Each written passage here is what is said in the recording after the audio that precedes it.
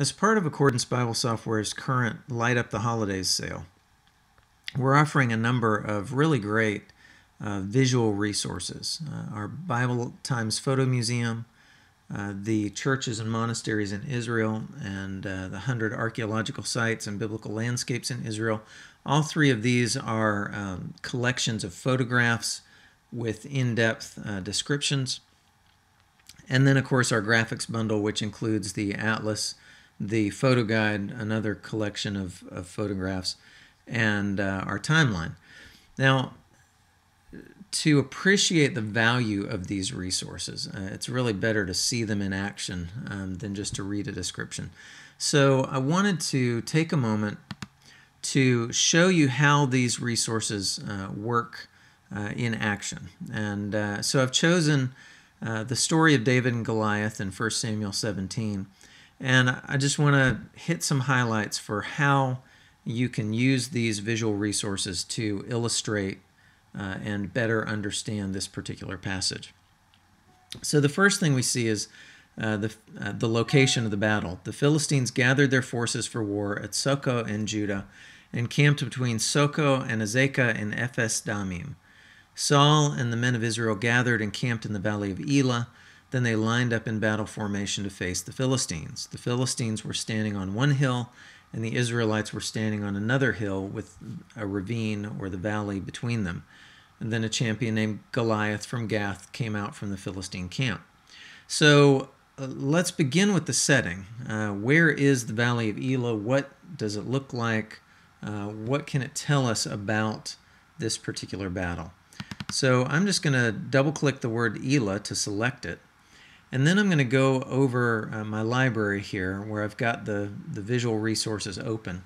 And I want to start with the Bible Lands Photo Guide, part of our graphics bundle. And I'll just click the amplify icon here to search the photo guide for Elah. And here I get the Valley of Elah with descriptions of the valley. Its principal cities were Soko and Azekah, both of which were controlled by the Philistines at that time. And it was in this valley that David defeated Goliath. So we can then look at the photographs, and the descriptions tell us what we're looking at. So figure 1 is a view to the west from Tel Azekah. Azekah was the highest point, the highest hill neighboring this valley. And so we can look to the west, and then we can look to the east. And it's to the east that the actual battle took place. This is Soko, and we're standing and looking down from Azekah. So the Philistines were ranged all along these hills on one side of the valley. And then the Israelites were here in this central group of hills that's surrounded by the valley. And so the Israelites were here, the Philistines were here, and Goliath came out of the hills and strode into the valley and challenged the Israelites to present him with a champion that could stand before him. And so we can see how this particular battle would have laid out. And of course, there's more in that particular article. We can see views from down in the valley and further east and so on.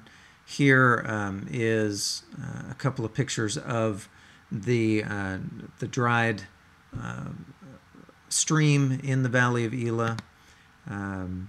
So this is actually near the site of where David would have found the stones in the riverbed that he used to arm his sling.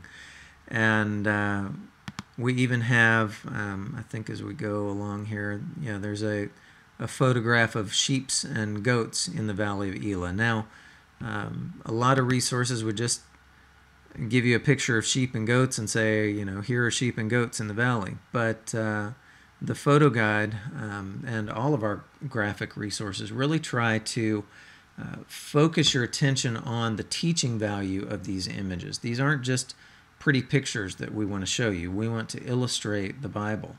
And so if we look at the caption for this image, It talks about David entered the valley of Elah as a shepherd and was sarcastically asked by his brother where he had left those few sheep. The brother that's cowering hears his teenage youngest brother being indignant at this uncircumcised Philistine. He says, well, where did you leave those few sheep? He's trying to put his brother in his place. And then it says, yet it was David's experience as a shepherd which had prepared him to face Goliath here. And the scripture passage that's being cited there is where David explains to Saul, look, I've faced lions and bears in protecting my flock. I can handle this Philistine. And it was David's experience as a shepherd which taught him to trust in God. And we have a reference to Psalm 23. So these graphic resources are intimately connected with the text of the Bible in an attempt to help you make connections between the world of the Bible and the text of the Bible. Now, for completeness' sake, let's look at another resource that will talk about locations. I'm going to make sure I've got Elah selected here, and we'll go to 100 archaeological sites in Israel. And I'll click the amplify icon there, and I'll get a description of the Elah Valley here. And so here you get different views.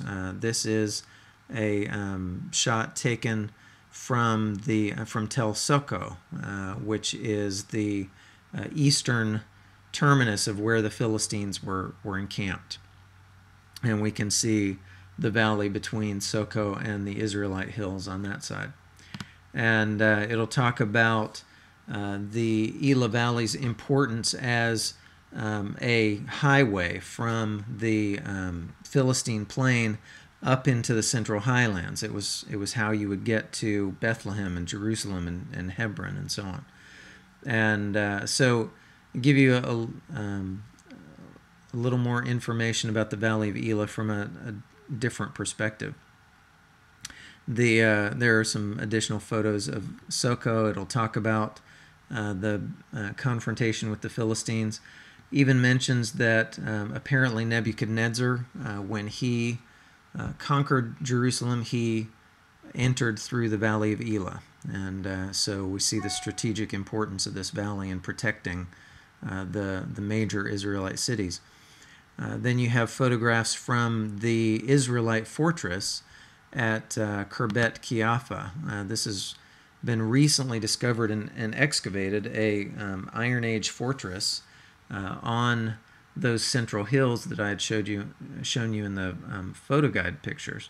And here we see Tel Azekah in the distance. You can see how high and dominating that particular hill is. The Israelites are on this hill, and the Philistines are encamped opposite them. And there's some other interesting facts in here. It'll talk about a battle that took place in the Israeli War of Independence in 1948. And then it'll talk a little more about Tel Azekah, which the Philistines had controlled, and how important it was as a fortified city. In fact, in the time of Rehoboam, here it is, it says, Rehoboam fortified Azekah as part of the defense system that he set up in southern Judah. The city's mentioned in an Assyrian inscription written after the military campaign of Sargon II. And so here's the quote: "The city of Azekah," this is written from a Philistine, from an Assyrian perspective, "the city of Azekah, his citadel in the mountains that sits along a ridge of mountains like the tip of a dagger, is located in a place that reaches up like an eagle's nest and rivals the highest mountains in height. Its approach was very difficult, all the more in the face of earthen ramparts and battering rams. It was a difficult siege." So we see the strategic importance of Azekah in controlling what happens in this valley. So we've learned about the setting of the battle in the Valley of Elah. And as we continue the story, we read about the Philistines standing on one hill, we read about Goliath, we read about his armor, and so on. And so to give us more information about not just the location, but the people involved in this story and some of the details that are given, I'm going to select the word Philistines here. And so Well, my double click isn't selecting. I'm not sure why. But select the word Philistines and go to the Bible Times Photo Museum. Now, the Photo Museum attempts to do for people and things what the Bible Lands Photo Guide does for lands and locations and cities and so on.